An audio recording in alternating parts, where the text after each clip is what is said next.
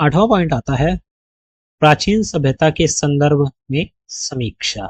आपका 8वां जो पॉइंट है या हम कहें विशेषता है वो है प्राचीन सभ्यता के संदर्भ में समीक्षा। Review in context of ancient civilization. पहले पॉइंट इसमें क्या बनेगा, प्राचीन सभ्यता का महत्व क्या है। तो आधुनिक भारतीय राजनीतिक चिंतन में प्राचीन भारतीय सभ्यता के संदर्भ में विशेष महत्व है। ठीक है, भारत जो है या हम कहें भारत का जो इतिहास है वो प्राचीन रहा है, बहुत पुराना रहा है।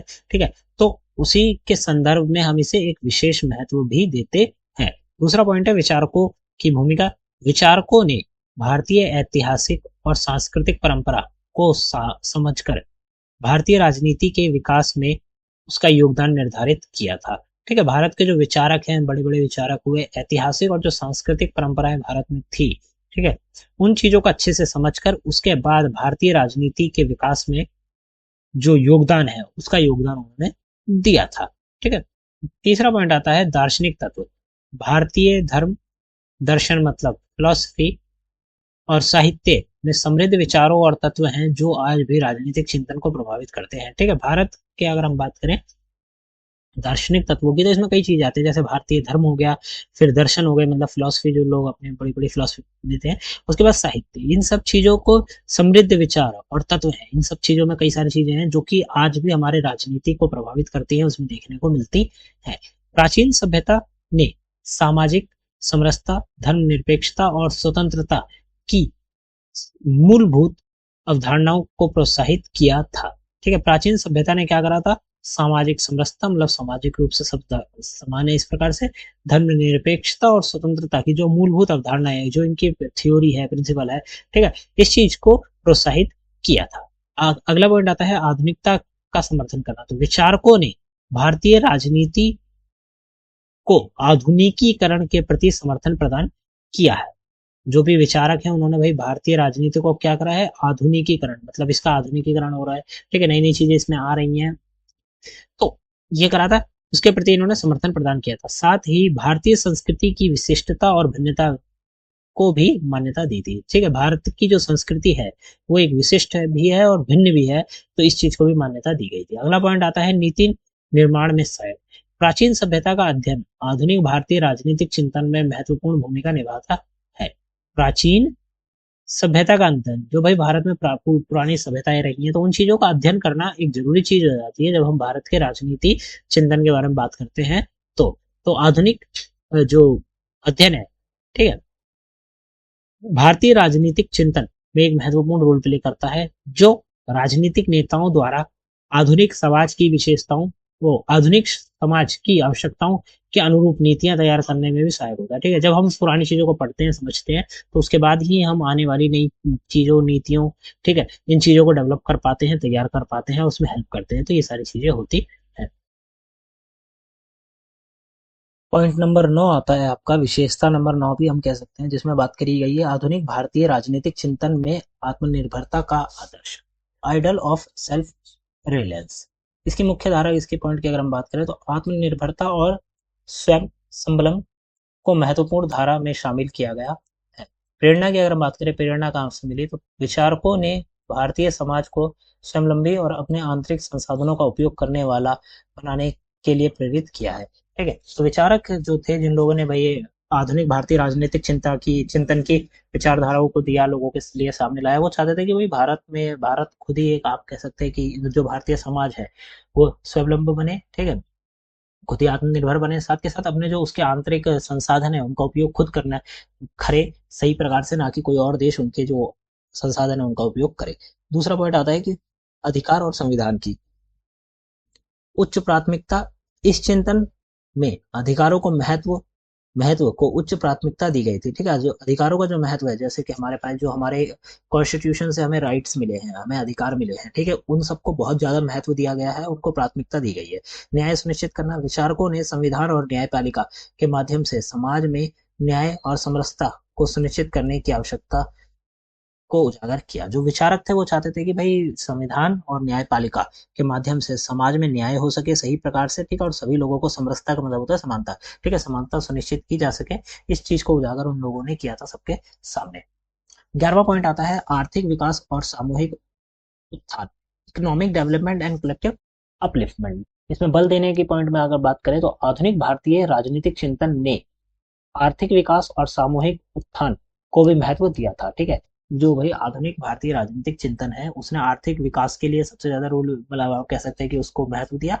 और फिर सामूहिक उत्थान मतलब पूरा का पूरा जो समूह है वो पूरा का पूरा उठ के सामने आए। ठीक है, केवल एक दो लोग ही ज्यादातर सामने ना आए, पूरा समूह उठ के आए, इस चीज के ऊपर ध्यान दिया था। अगला पॉइंट आता है समृद्धि को बढ़ावा। विचारकों ने आर्थिक न्याय, उत्थान और सामूहिक सहयोग के माध्यम से समृद्धि को बढ़ावा देने के उपायों पर ध्यान केंद्रित किया।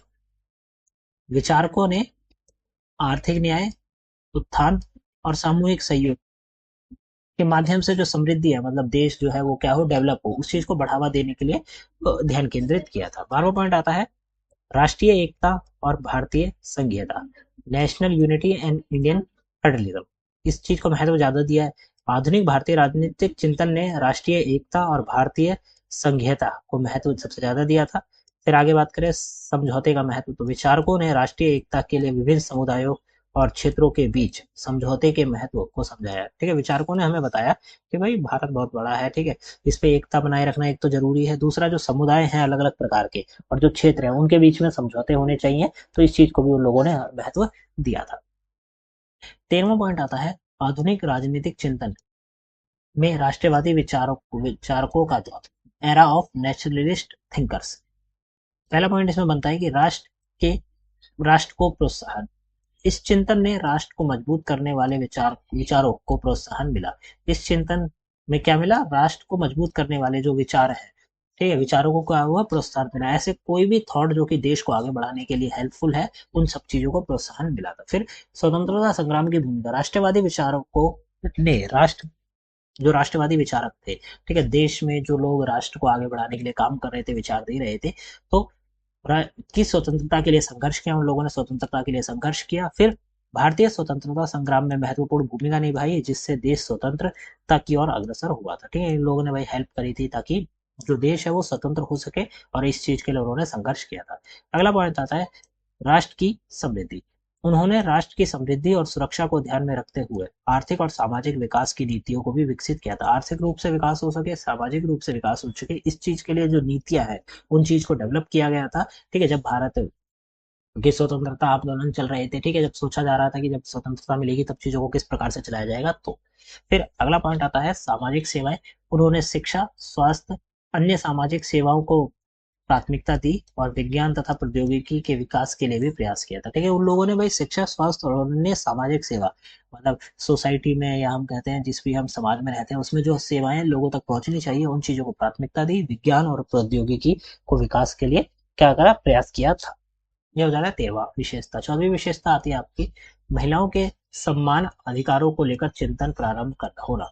ठीक है, पहला पॉइंट इसमें बनता है महत्वपूर्ण विषय, महिलाओं के लिए समान अधिकार की मांग आधुनिक भारतीय राजनीतिक चिंतन में एक महत्वपूर्ण विषय बन गए है। ठीक है, देखिए महिलाओं के लिए समान अधिकार, पुरुष और महिलाओं के पास समान अधिकार होने चाहिए, इस चीज के लिए जो मांग थी, ठीक है, वो क्या बन गई, भारतीय मतलब आधुनिक भारतीय राजनीतिक चिंतन में एक, आप कह सकते हैं कि इंपॉर्टेंट सब्जेक्ट बन गई थी। फिर आता है समानता का सम्मान। इस चिंतन के अनुसार समाज में पुरुष और महिलाओं के साथ समानता का सम्मान करना चाहिए और उन्हें उनके अधिकारों की पूरी सुरक्षा और स्वतंत्रता मिलनी चाहिए। ठीक है, महिलाओं को भाई उनके अधिकारों की पूरी सुरक्षा मिलनी चाहिए और पूरी स्वतंत्रता मिलनी चाहिए, वो अपने अधिकारों का पूरी तरह से यूज कर सके। अगला पॉइंट आता है सावित्रीबाई फुल्ले। उन्होंने भारतीय इतिहास में महिलाओं के लिए शिक्षा के अधिकार हेतु एक लंबा संघर्ष तय किया है। फिर ताराबाई शिंदे आती है, जिन्होंने उन्होंने महिलाओं के अधिकारों के प्रति संवेदनशीलता और समर्थन का महत्व को साझा समझा। और फिर आते हैं राजा राम मोहन राय। वह भी महिलाओं के अधिकारों के पक्ष में खड़े होने के लिए जाने जाते हैं, जिन्होंने समाज में महिलाओं के प्रति समर्थन किया था। ठीक है, तो ये जो तीन जने हैं इन लोगों ने भाई महिलाओं के अधिकारों के लिए काम किया था। फिर जो भाई विचारक थे उन लोगों ने समानता को सम्मान देने के लिए भाई जोर दिया। ठीक है, और महिलाओं के अधिकार का जो रोल था, मतलब अधिकार की जो मांग थी, वो एक इंपॉर्टेंट सब्जेक्ट बन के लोगों के सामने आया था। ये हो जाती है उसकी विशेषताएं। अब बात करते हैं आधुनिक भारतीय राजनीतिक चिंतन की प्रगति एवं विकास में भूमिका निभाने वाले मुख्य विचारक कौन कौन से लोग हैं। अब हम यहाँ पे लोगों की बात करेंगे जिन्होंने भाई प्रगति और विकास में जो भूमिका निभाई थी उनके बारे में बात करते हैं। तो यहाँ पे पहले व्यक्ति जो आते हैं वो आते हैं राजा राममोहन राय। राममोहन राय ने भारतीय समाज के उत्थान और सुधार में एक महत्वपूर्ण योगदान दिया था। किस प्रकार से इनके बारे में बात करते हैं? पहले मैंने बताया था सामाजिक बुराइयों के विरुद्ध अभियान। राजा राममोहन राय ने सामाजिक में जो बुराई थी उस समय उसके विरुद्ध अभियान चलाए थे। उन्होंने समाज में व्याप्त सामाजिक बुराई और कुरीतियों के विरुद्ध क्या चलाया था? अभियान चलाया था, जैसे सती प्रथा, बाल विवाह और जातिवाद। इन तीनों चीजों के प्रति उन्होंने क्या करा था कि भाई इन चीजों को बंद करना चाहिए, इसलिए उन्होंने अभियान चलाया था। फिर अगला पॉइंट आता है बाल विवाह का विरोध। उन्होंने बाल विवाह का सख्त विरोध किया। उन्होंने इसे दुर्भाग्यपूर्ण और अमान्य प्रथा मानते हुए इसके विरुद्ध जागरूकता फैलाई और कानूनी कदम उठाए थे।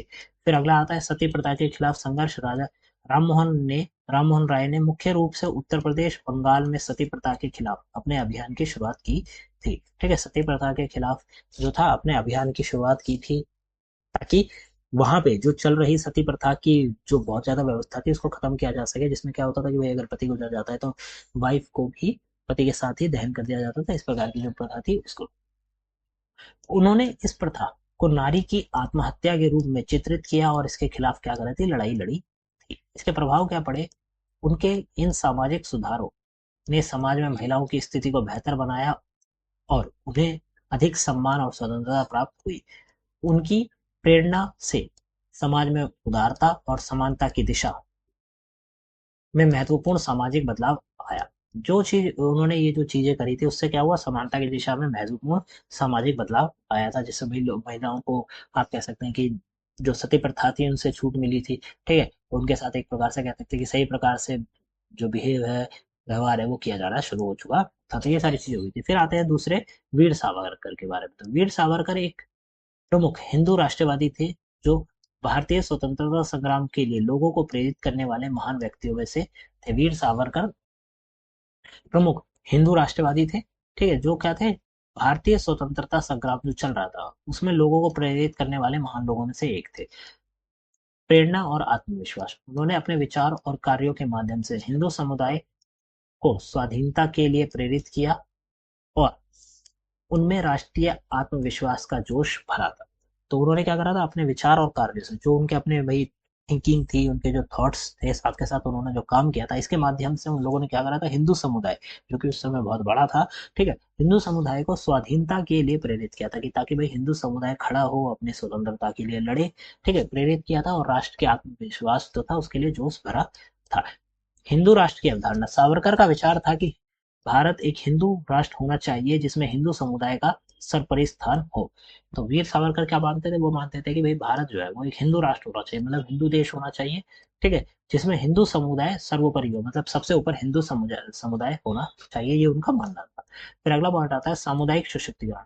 उनके अनुसार हिंदू समुदाय को अपने सामाजिक, आर्थिक और राजनीतिक दृष्टिकोण को सशक्त बनाने की आवश्यकता थी ताकि वे स्वतंत्रता के लिए संघर्ष कर सके। उनका मानना यह था कि हिंदू समुदाय जो है उसको अपने सामाजिक, आर्थिक और राजनीतिक दृष्टिकोण, इन तीनों दृष्टिकोण या पॉइंट ऑफ व्यू हम कह सकते हैं, इन तीनों पॉइंट ऑफ व्यू को और ज्यादा पावरफुल और आप कह सकते हैं कि सख्त बनाने की जरूरत थी ताकि स्वतंत्रता के लिए संघर्ष किया जा सके और अच्छे से।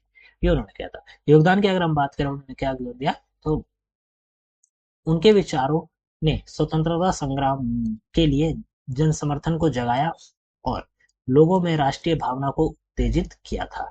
ठीक है, जन समर्थन मतलब जनता ज्यादा से ज्यादा जाके जुड़ रही थी। ठीक है, इस चीज की भावना लोगों के अंदर पैदा करी थी। उनके राष्ट्रीय आत्मसम्मान उनके राष्ट्रीय आत्म भावना का विकास किया और लोगों को अपने देश की स्वतंत्रता के संघर्ष के लिए तैयार किया था। ठीक है, तो ये सब चीजें उन्होंने करी थी। फिर तीसरे व्यक्ति जो आते हैं वो है लोकमान्य तिलक। लोकमान्य तिलक भारतीय स्वतंत्रता संग्राम के प्रमुख नेता थे।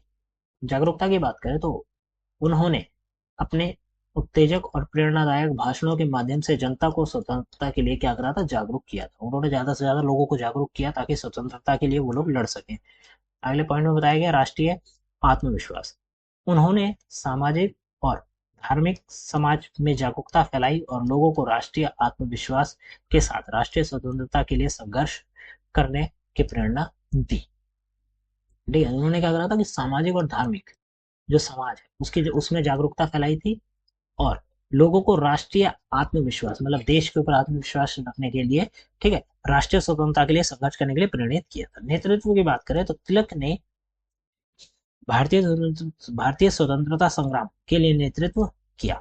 उनकी अद्भुत नेतृत्व क्षमता ने लोगों को संगठित किया और उन्हें उनके उद्देश्य की दिशा में आगे बढ़ाया। ठीक है भाई, उन्होंने भाई स्वतंत्रता संग्राम का नेतृत्व किया था, लीड किया था कि भाई स्वतंत्रता संग्राम सही प्रकार से चले। ठीक है, तो इस चीज के लिए उन्होंने किया था। उनकी अद्भुत नेतृत्व क्षमता, जो भाई उनकी अद्भुत, आप कह सकते हैं ना कि एक होता है कि कुछ लोग अच्छे से लोगों को क्या कर पाते हैं, लीड कर पाते हैं, तो ये उन लोगों में से एक थे। तो उनकी अद्भुत नेतृत्व क्षमता ने लोगों को संगठित किया, सारे लोग एक साथ आए, उन्होंने उन्हें उनके उद्देश्य की दिशा में आगे बढ़ाया था। प्रभाव की अगर आप बात करें तो उनके योगदान ने भारतीय समाज को स्वतंत्रता के लिए एकजुट किया और संघर्ष के लिए प्रोत्साहित किया था। आगे आते हैं महात्मा गांधी। महात्मा गांधी ने अहिंसा और सत्याग्रह के सिद्धांत को अपनाया और भारतीय स्वतंत्रता संग्राम का नेतृत्व किया था।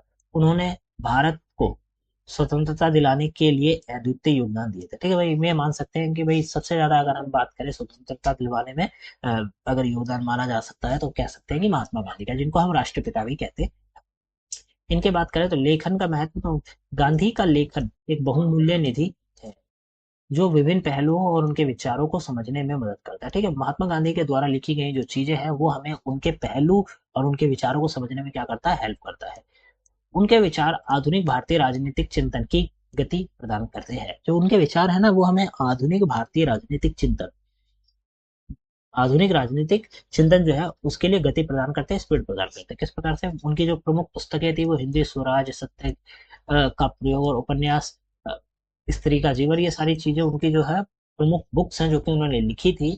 ठीक है, इन बुक्स से हमें उनके जो विचार है वो समझ में आते हैं। संघर्ष का तरीका क्या था? तो गांधी ने अपने अनूठे तरीके से सत्याग्रह, अहिंसा, आत्मसमर्पण के माध्यम से लोगों को संघर्ष करने के लिए प्रेरित किया। आंदोलन की अगर हम बात करें तो उन्होंने स्वदेशी आंदोलन, नमक क्रांति मतलब सत्याग्रह और अन्य आंदोलनों के माध्यम से भारतीय समाज को स्वतंत्रता हेतु संघर्ष करने के लिए प्रेरित किया था।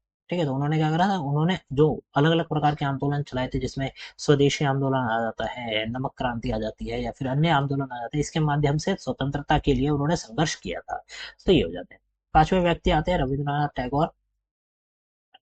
रविंद्रनाथ टैगोर ने अपने चिंतन में अनुभूति, उदारता और धार्मिकता को महत्वपूर्ण मूल्यों को शामिल किया था। ठीक है, रविंद्रनाथ टैगोर ने अब जो उनका चिंतन है, जो उन्होंने भाई चीजें सोची समझी, ठीक है, क्रिटिकल थिंकिंग जो थी, ठीक है, तो उस चीज में उन्होंने अनुभूति, उदारता और धार्मिकता के जो महत्वपूर्ण मूल्य हैं उन चीजों को शामिल किया था। विषय की बात करें, पहला पॉइंट इसमें बनता है विषय वस्तु।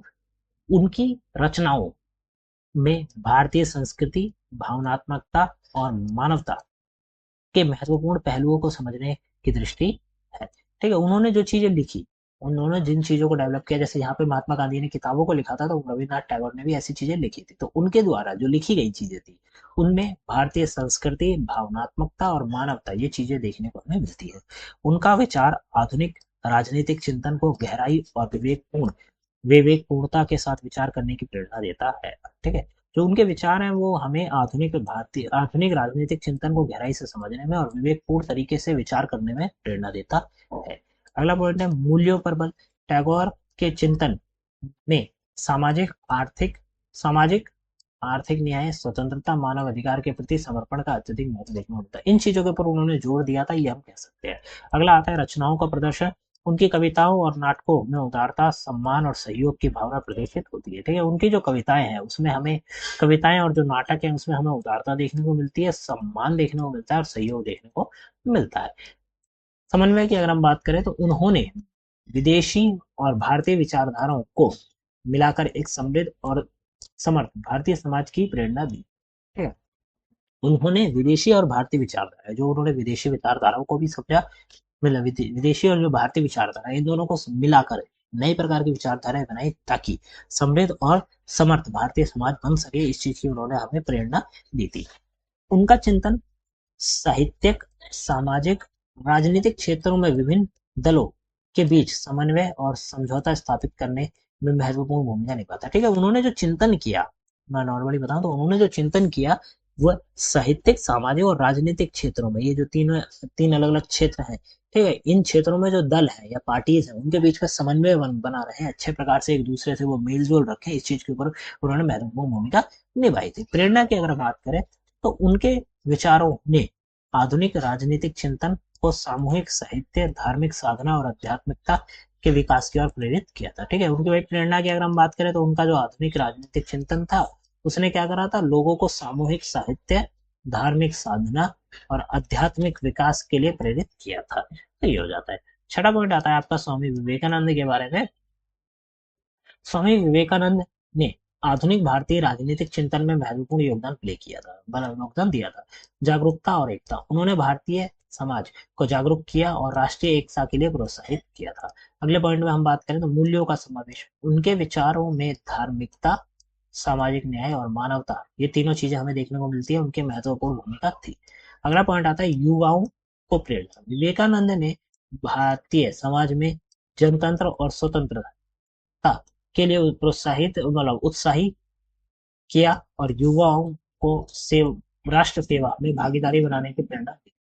जो युवा है उन चीजों को प्रेरित किया था स्वामी विवेकानंद ने, ताकि वो लोग जनतंत्र और स्वतंत्रता के लिए क्या कर सके, कुछ काम कर सके। ठीक है, भारतीय स्वतंत्रता के लिए काम कर सके, इस चीज के लिए उन्हें क्या करा था, युवाओं को प्रेरित किया था। वैश्विक विचार, उन्होंने विदेश में भारतीय संस्कृति, धार्मिकता का प्रचार किया और विश्व भर में भारतीय धार्मिक तत्वों को प्रोत्साहित किया था। ठीक है, उन्होंने, स्वामी विवेकानंद ने भाई देश के साथ साथ विदेश में भी जाकर भारत की जो संस्कृति है उसको, भारत में जो धार्मिकता है उस चीज को पूरे विश्व भर में फैलाया था। इसके प्रभाव क्या पड़े, उनके विचारों ने राष्ट्रवाद और सामाजिक सुधारों की बातों का विस्तार किया और लोगों को सामाजिक न्याय तथा समरसता का महत्व को समझाया। ठीक है, सामाजिक न्याय कितना जरूरी है और समानता कितनी जरूरी है, ये सारी चीजें उनके विचारों ने, किनके विचारों ने, स्वामी विवेकानंद के विचारों ने लोगों को समझाया। उनके योगदान से आधुनिक भारतीय राजनीतिक चिंतन में धार्मिकता, सामाजिक न्याय और राष्ट्रीय एकता की भूमिका बढ़ गई थी। ठीक है, ये हो जाता है। फिर आते हैं सातवां point, doctor B R Ambedkar, मतलब भीमराव अम्बेडकर। डॉक्टर भीमराव अम्बेडकर ने भारतीय समाज में निम्न जाति के लोगों के हक के लिए क्या करा था, संघर्ष किया था। पहला पॉइंट आता महिला अधिकार, वे महिलाओं के अधिकार के लिए हिंदू कोड बिल लाए। अगला आता है श्रमिक कल्याण, उन्होंने श्रमिक, मतलब जो एम्प्लॉयज हैं या फिर हम कह सकते हैं कि वर्कर्स हैं, उनका शोषण को रोकने के लिए महत्वपूर्ण काम किया था। संविधान निर्माण, उन्होंने भारतीय संविधान के निर्माण में महत्वपूर्ण भूमिका है उसको निभाया था। आदर्श राष्ट्र, डॉक्टर भीमराव अम्बेडकर समानता, स्वतंत्रता, बंधुत्व पर आधारित एक मजबूत राष्ट्र की स्थापना करना चाहते थे। इसके लिए उन्होंने सर्वप्रथम भारतीय समाज में व्याप्त जाति भेदभाव को खत्म करने का निर्णय किया था। इस चीज को समझिए कि भारत में जातिवाद को खत्म करने के लिए अगर हम किसी व्यक्ति को कह सकते हैं कि सबसे बड़ा रोल प्ले है तो वो है डॉक्टर भीमराव अम्बेडकर। ठीक है, उन्होंने हमें कॉन्स्टिट्यूशनली या फिर हम कहें संविधान के से अधिकार दिए थे ताकि इन चीजों को खत्म किया जा सके। ठीक है, चिंतन का केंद्र, डॉक्टर भीमराव अम्बेडकर का चिंतन समानता पर आधारित भारत को सशक्त बनाने की बात करता है। इन विचारकों, ये जो हमने सारे विचारकों की बात करी थी, इन विचारकों के योगदान से सामाजिक और राजनीतिक जीवन में क्रांतिकारी परिवर्तन आया। ठीक है, इन जो विचारक हैं इन लोगों की वजह से क्या हुआ भाई, सामाजिक और राजनीतिक जीवन में लोगों के जो क्रांतिकारी परिवर्तन आया था। उन्होंने जनता को जागरूक किया, राष्ट्रीय एकता और स्वतंत्रता के लिए संघर्ष किया था।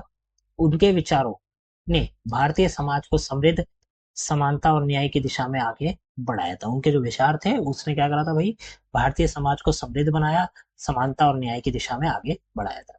सामाजिक सुधारक राम मोहन राय से लेकर स्वतंत्रता संग्राम के महान नेता महात्मा गांधी तक इन भारतीय विचारकों ने राजनीतिक स्तर पर महत्वपूर्ण भूमिका निभाई है। इन्होंने पॉलिटिकली भी बहुत महत्वपूर्ण भूमिका निभाई है और क्रांतिकारी समय में भी उन्होंने क्या करा था, अपना रोल प्ले किया था। ठीक है, उनकी विचारधाराएं आज भी हमारे समाज में प्रभावशाली हैं और हमें समाज में सुधार के लिए, विकास के लिए क्या करती है, प्रेरित करती है। ये हो जाता है आपका टॉपिक। फिर यहाँ पे एक लास्ट टॉपिक आता है आपका, आधुनिक भारतीय राजनीतिक चिंतन का महत्व क्या है।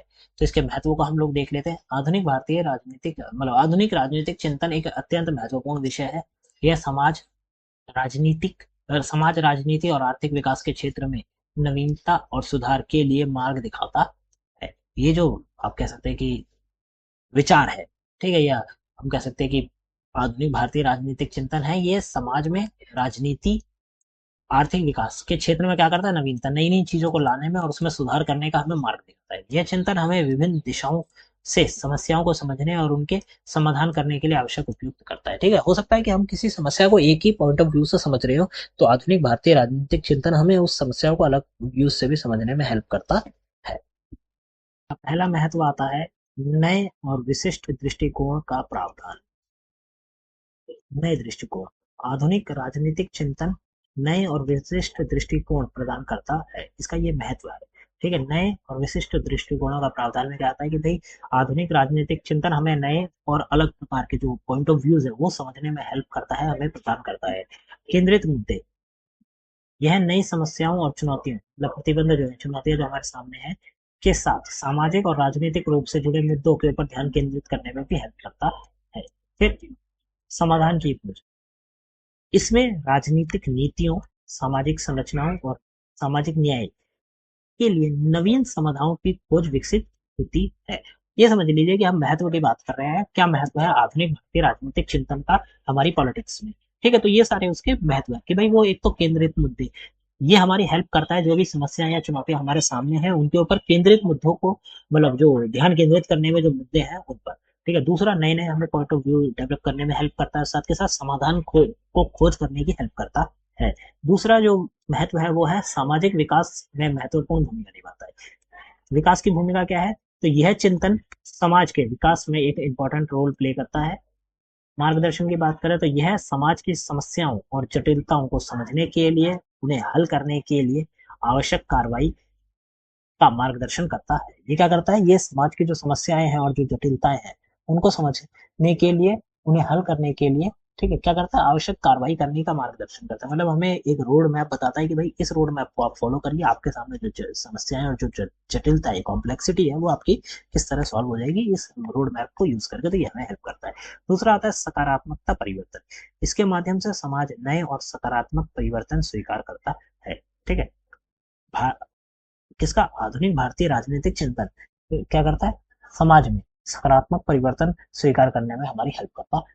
फिर तीसरा पॉइंट आता है विकास में भागीदारी, यह विकास को बढ़ावा देने में क्या करता है, भाग लेता है। तीसरी जो आपका महत्व आता है वो आता है राष्ट्रीय और अंतर्राष्ट्रीय नीतियों का निर्धारण। नेशनल लेवल पर और इंटरनेशनल लेवल पर जो नीतियों का निर्धारण है वो भी हम इसके द्वारा कर सकते हैं। नीति निर्धारण, यह राष्ट्रीय और अंतर्राष्ट्रीय स्तर पर नीति, राष्ट्रीय जो राजनीतिक नीति है उनका निर्धारण में महत्वपूर्ण भूमिका निभाता है। समान विचार, यह नीतियों के लिए समृद्ध और समान विचारों का माध्यम बनता है। ठीक है, ये जो नीतियां है ना जो भी हम डेवलप करेंगे राष्ट्रीय और अंतर्राष्ट्रीय के लिए, ठीक है, उनके लिए समृद्ध और समान विचार का माध्यम तय करता है। अगला पॉइंट आता है कल्याण पर ध्यान, यह समाज के सभी वर्गों और सामूहिक समृद्धि के कल्याण, मतलब भलाई के लिए क्या करता है, उनके ऊपर ध्यान केंद्रित करता है, ध्यान रखता है। चौथी जो महत्व आता है वो आता है आर्थिक सामाजिक संदेशों एवं जागरूकता का प्रसार। संदेशों का साझा, यह आर्थिक और सामाजिक जो संदेश है, संकेत हैं या संदेश कह सकते हैं, उनको साझा करता है। जागरूकता की बात करें, यह लोगों को उनके अधिकार और कर्तव्यों के प्रति जागरूक करता है। क्या जागरूक, कौन जागरूक करता है,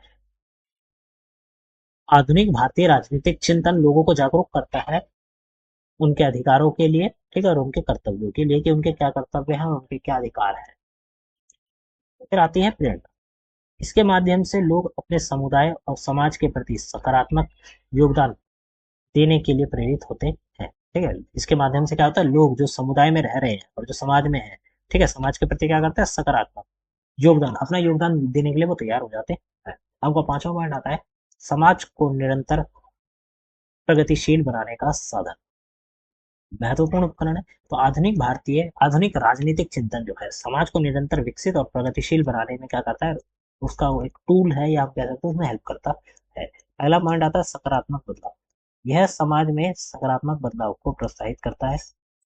प्रेरणा का स्रोत, यह समृद्ध और सामाजिक समानता की दिशा में प्रेरित करता है। ये क्या करता है, समृद्धि और सामाजिक समानता की दिशा में लोगों को ज्यादा से ज्यादा प्रेरित करता है। और आखिरी पॉइंट आता है मूल उद्देश्य, आधुनिक राजनीतिक चिंतन समाज के विकास में एक आवश्यक महत्वपूर्ण भूमिका निभाता है, जो समृद्ध और समान समाज की दिशा में प्रेरित करता है। ठीक है, ये सारे पॉइंट है। मूल उद्देश्य उसका ये है कि भाई जो विकास है समाज के विकास में एक अपना रोल प्ले करता है इंपॉर्टेंट, और साथ के साथ समृद्ध, मतलब एक होता है ना कि डेवलप्ड सोसाइटी है, डेवलप्ड समाज में हम रह रहे हैं, और समान समाज है, इसकी दिशा में भी हमें वो प्रेरित करता है। ठीक है, तो यहाँ पे आपका जो चैप्टर 1 है, वो यहाँ पे आपका चैप्टर 1 कंप्लीट हो जाता है, या हम कहें यूनिट 1 है, वो जो आपका यहाँ पे कंप्लीट हो जाता है। ठीक है, आधुनिक भारतीय राजनीतिक चिंतन को समझना ये हमने यहाँ पे कंप्लीट कर लिया। इसकी नेक्स्ट वीडियो जो है जल्दी हमारे चैनल पर आएगी, जिसमें हम यूनिट 2 को कवर अप करेंगे। अगर आपको इसमें कुछ भी समझ में नहीं आया तो आप हमसे डायरेक्टली पूछ सकते हैं। साथ के साथ डिस्क्रिप्शन बॉक्स में दी गई लिंक से आप लोग चेकआउट कर सकते हैं, और भी कई सारी चीजें नोट्स अवेलेबल हैं, बहुत लैंग्वेज हिंदी इंग्लिश दोनों में आप चेकआउट कर सकते हैं। आप लोग हमारे साथ इंस्टाग्राम पे टेलीग्राम पे जुड़ सकते हैं। चैनल को सब्सक्राइब कर लीजिए। 5th सेमेस्टर के नोट्स के लिए आपको और सब्जेक्ट के नोट्स हमारे चैनल पर ही देखने को मिलेंगे। नोट्स डिस्क्रिप्शन बॉक्स में है, और ऐप का लिंक भी आपको डिस्क्रिप्शन बॉक्स में मिल जाएगा। ये हमारा ऐप है, यहाँ पे आपको 1 से 6 सेमेस्टर तक के सारे नोट्स, साथ के साथ student portal, study material, syllabus, आपकी डेट शीट, आपका एडमिट कार्ड, सब आपको हमारे ऐप पर ही देखने को मिलेगा। तो आप जाके इसे चेकआउट कर सकते हैं। ऐप का लिंक आपको डिस्क्रिप्शन बॉक्स में देखने को मिल जाएगा। मिलते हैं अगली वीडियो में। Thanks for visiting on my channel guys.